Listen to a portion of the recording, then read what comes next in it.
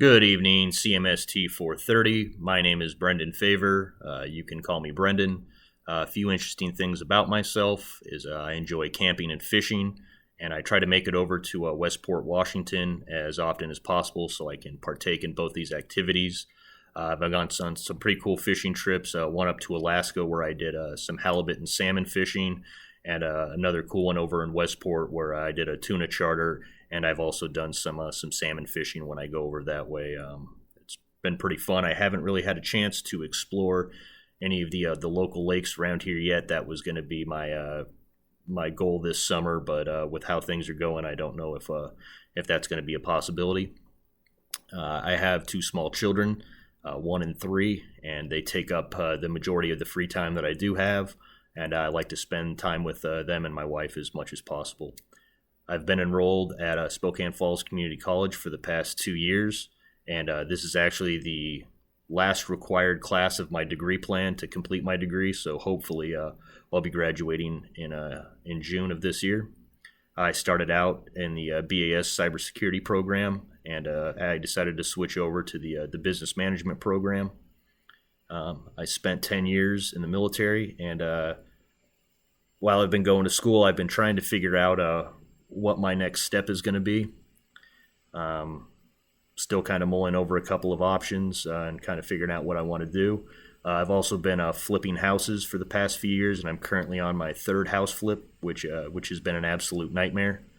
It's really been a fun experience, but and I've learned a lot from it. But I'm looking forward to work a job that's got more stable hours. I'm currently putting in 7 days a week, about 80 hours a week, and it's just a lot of strain with small kids. So between house flipping, school, and kids, I really don't have any free time for any hobbies. Not any of the ones I'd really like to pursue. My ideal dream job would be a federal job over at the Naval Station in Bayview, or with the Forestry Department over in Idaho as a project or program manager. I've got a lot of experience from that field from the military and find a lot of enjoyment in that. Getting into the questions, define communication. I would define communication as the passing of information between two mediums. A few examples of these could be, communication from person to person, computer to computer, person to computer, or computer to person. This doesn't necessarily have to be technology related. You can also pass information or communicate from reading or watching TV. Really, any way information is passed from one source to another, I would consider communication. Effective communication is extremely important, especially in the workplace. The message between the sender and the receiver needs to be clear.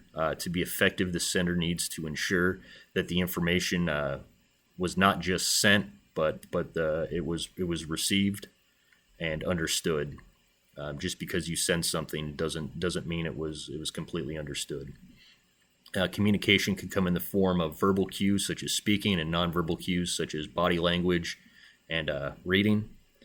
A few things when you're communicating with somebody that you really need to ensure is that they're engaged in what you're saying. They're not on their phone. They're making eye contact, and they're engaged with the speaker or the sender. And also the receiver needs to perform active listening to ensure that they're not listening to respond, or they're not daydreaming or on their phone or something like that, but they're actively listening to understand and receive the message. Define organizational communication. I would define organizational communication the same as I would communication, the passing of information between sources. The difference being is organizational communication would occur within a structure or a network, such as a family or a workplace. It's going to be more communication that's internal. This can be how a manager communicates with workers, or how workers communicate with a manager, or how a spouse communicates with their significant other. I believe professional communication comes into play with who or what the sender is communicating with. For example, I may not communicate in the same manner I would with my wife or a friend as I would with my boss or a coworker.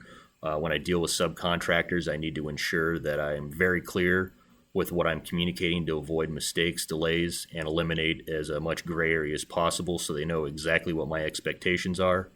And when I communicate with my wife or friends, I might use slang or profanity language that would not be considered professional in the workplace.